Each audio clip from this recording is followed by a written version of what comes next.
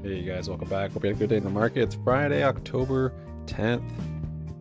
What a day. Just gave back a month of gains on SPY in a couple hours. Trump, I just heard a little bit that he announced more tariffs on China or something and canceled a meeting. Anyways, that was crazy. Haven't had volatility in a while. Today's range was pretty standard for what we've been having. 3 wasn't too bad really. This candle, I was just, oh, it was wild. I actually had puts up here. I'd closed them before this news came out. I'll show you Eric's chart and what he got going on, but yeah, it was too wedgy for me. I had a couple trades in the wedge, and then I was like, I'm gonna wait for it to break out of it. So it broke out, and yeah, this was just like seconds, and I just saw this big red candle. I thought it was actually just an error. And then I was like, nope, it's not. There's tons of volume, and it definitely happened. So big red day. We were basically at the top of the daily. Where's my up of the daily Bollinger, and that one candle brought us to the bottom of the daily Bollinger, which is crazy. I haven't had a top to bottom daily Bollinger in quite a while. That's the closest one. But that wasn't even one. So it's got to be a confluence of events, right? You've got to have pretty tight Bollinger already, which comes from lack of volatility. And then you have to have a big volatile event. Dang, I can't even see any time we've done that. I think we've done it. Huh. Have to go back pretty far. Wow, actually. That shows kind of how tight the range was also. So that's pretty close. That's not though. I mean, the range was getting pretty tight up here. But yeah, that's wild. Volume, of course, was huge. We'll see. I want to be buying the dip on the bottom of the daily Bollinger. However, I think I'm going to wait a bit on this one just because of all that volume and how that candle closed and how it didn't even retest 20-day to show its, even resistance yet. So it's, yeah, we'll just give it a little rest on selling puts on SPY for now. And it's Friday, so anyways, big moves today. I mean, the range down here, just building liquidity was 3 points or more, which can get very sketchy very fast. Ivy pumped up to 50%, like 4 times typical. So you just got to be very careful having tight stops, or if you don't, just size way down, because you have to be more flexible with your stops, and it's hard to manage emotionally. I didn't chart today. I've got a couple lines in here, but I'll show you Eric's.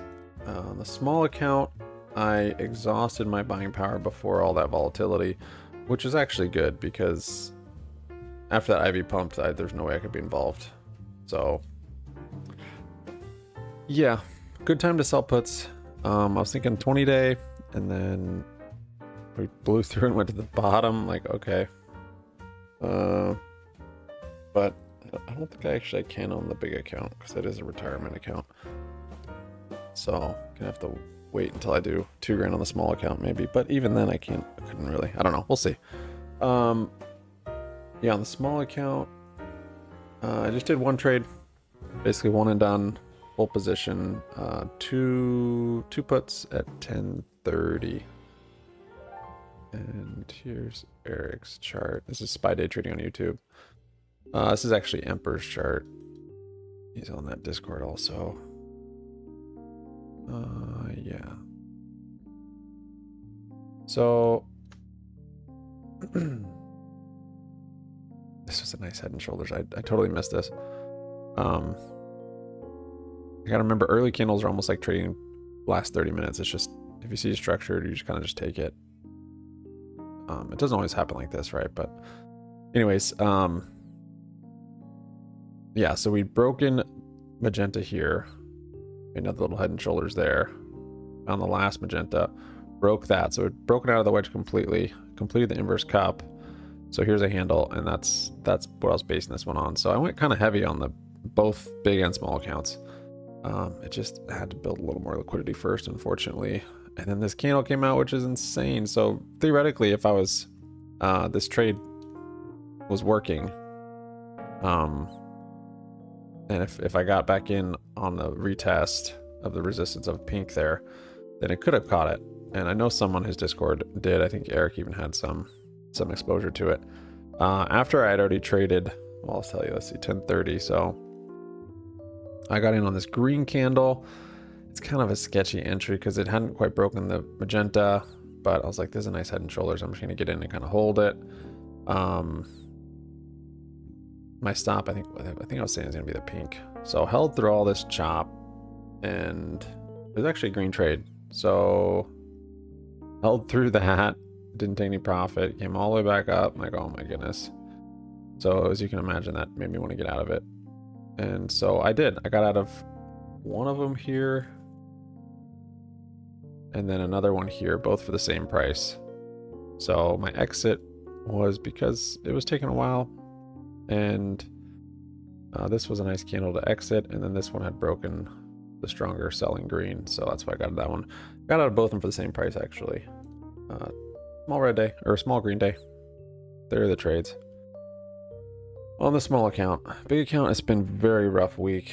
Today actually I am green, just barely, which is funny.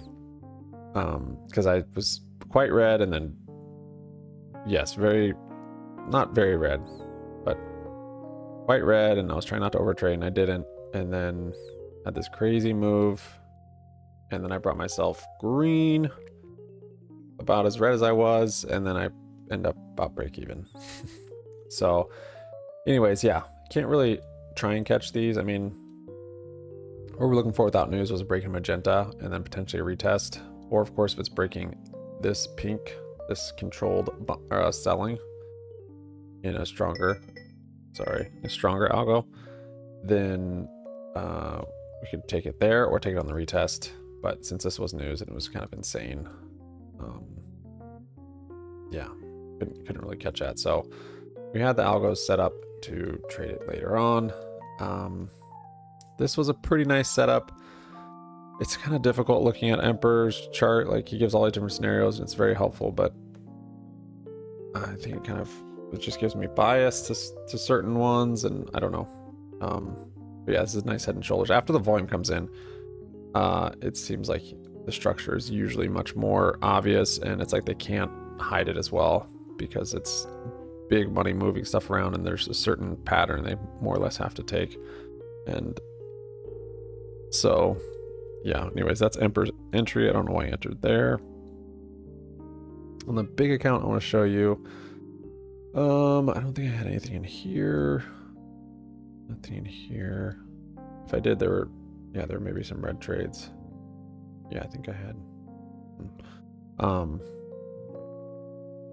I wasn't trying to call the reversal at all, except for one spot. Not even a reversal, just a bounce. The one spot was on 20-day. Where is it? Weird. That's not on Eric's chart now. Oh, it's this red line. So 20-day was up here. I did get calls. I got calls on this candle, and I looked at it after I got them. I'm like, what in the world? I wasn't really paying enough attention. I didn't look at the spread, and I also didn't look at how big these candles actually became. This is 2 points. These candles are 2-point candles, and the IV was at like 60 something, 70% maybe. I just kind of looked at the price of the contract. I didn't go heavy or anything. I went pretty light. But the spread was like 80 cents, I think, when I opened it, which is wild. Usually SPX is 10. I think, yeah, 10, yeah. And so it's just in the spread here. It's just going crazy. And from here, I got in like somewhere here. From here to here, the contracts had lost like 30%. I mean, they were swinging 30% just from the spread, pretty much in here. But just from there was IV crushed like crazy through this consolidation. Just from here to here, calls lost value. So it was wild. I was able to actually get out of it. I think total maybe break even. I was just kind of putting high limit orders, and it would just kind of fill. And then my last one was quite red because I held it till it broke yellow here.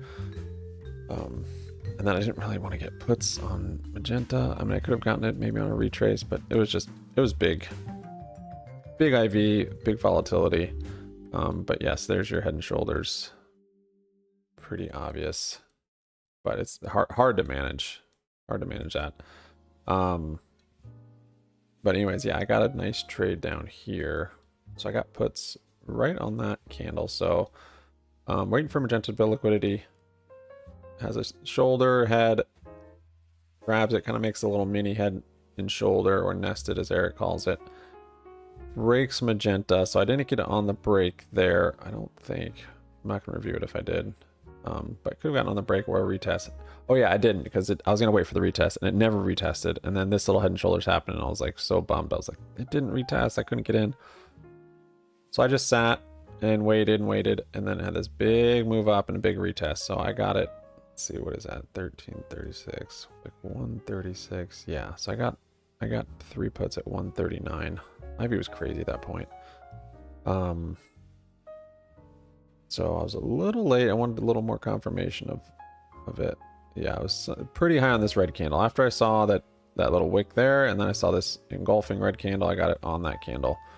But just this like chop through here, I mean, those contracts were down 20-something% from the slippage, and then just the high IV, and then yeah, it was a big day. But I was like, I'm just gonna hold it. Like, this is my stop. This red.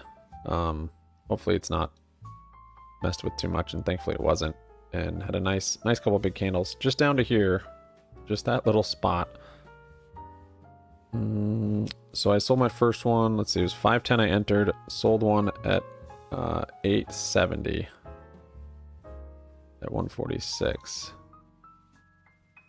Yeah, so on this candle I sold one, 510 to 870. So nice trade, just right there to there. And then I think the last two I just stopped out break even. Yeah, this was back to break even on this candle, I think. Which shows just like the IV crush that was going on. I think that's what it would be.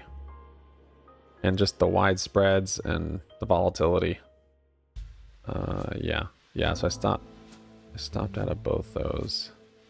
560 and then 500 or 510, $5. Yeah, so I made a little bit on the second one. I limit ordered that one. The other one I stopped. So I didn't catch this. There's nothing really left to catch. And this magenta, I didn't like this setup, I guess. I don't even know if this was drawn in there at that point. But I did catch this one then. So it broke magenta here, retested it. This was pretty sketchy, very wicky. What time is that? This trade was a nice percentage. I'm kind of cheating. I'm just showing you the best trades basically. There's too many red trades in between there that don't make my P&L nice big green day. So this one was over 100%. Let's see. Or no. Yeah, over 100%. So 640 I got filled, $6.40 at 236. So yeah, right on that candle. After it broke the red and kind of retested, and then it kind of broke back up in there, I'm like, oh my gosh, this thing's already down 20%. I'm just gonna hold it, and it kind of just kept finding it as resistance. And then yeah, first close was $7.50 at 243. I closed it right before that red candle, unfortunately, which basically completed the inverse cup, give us low a day. Yeah, I was a little sketched out about these. I guess sizing down more would have maybe helped me manage it better. Had a couple limit orders that didn't fill, and I canceled them. Yes, I had a limit order for it. Actually hit 950 on that candle. It never filled me, unfortunately. Look at that. So 950 at 245, and then I filled it for 640 on that same minute.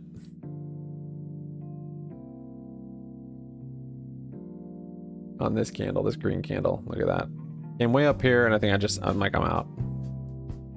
And so yeah, but then I had one. I'll try to just leave one as a runner. And that one I closed for $16, so that was the one that was over 100%, 640 to 16. And that one was at 254. which is right here. So I caught basically not the bottom, but the bottom of that that algorithm, I guess, before I started building more liquidity. And the reason for that was, I think, Emperor's chart. Yeah, it didn't quite hit it, but it got close to this pink. I was kind of waiting for this pink. It did end up flushing through it, but that's what I was waiting for on the runner, and that's what brought my account green. And then I had just one stop in here, and it's like crazy how quick it goes, especially towards the end of day. Yeah, 540 to 410, and then then there was a green one in there. Oh, but then it went red. Yeah, I think that was probably break even overall. So yeah, happy to end the week not on a bad red day, but this is a tough week, and I know with today's range definitely could have been a big green day. I need to kind of buckle down and figure out. Trying to keep myself from over trading too much. Today I didn't trade as much, and I know I said I was going to chart myself, but I didn't, and yeah, I don't know. I need to sort something out though, because yeah, this is not sustainable on the big account. Small account, I don't know. We'll see. But I'm excited to be able to do credit spreads and selling premium on it, especially days like today when the premium will be quite high to sell. But yeah, there's nice moves here. This was a nice move. Really like this retest. This break, fine. This break's fine. This was a move I should have caught for sure. This one, actually I did catch this one, didn't I? No, I didn't. This one didn't have any legs. And then this one, yeah, I'm not too bummed I missed this. I mean, like I said, I was in position here, and then I got out just because I was like, I'm gonna wait for the wedge. And so, yeah, that's what happens.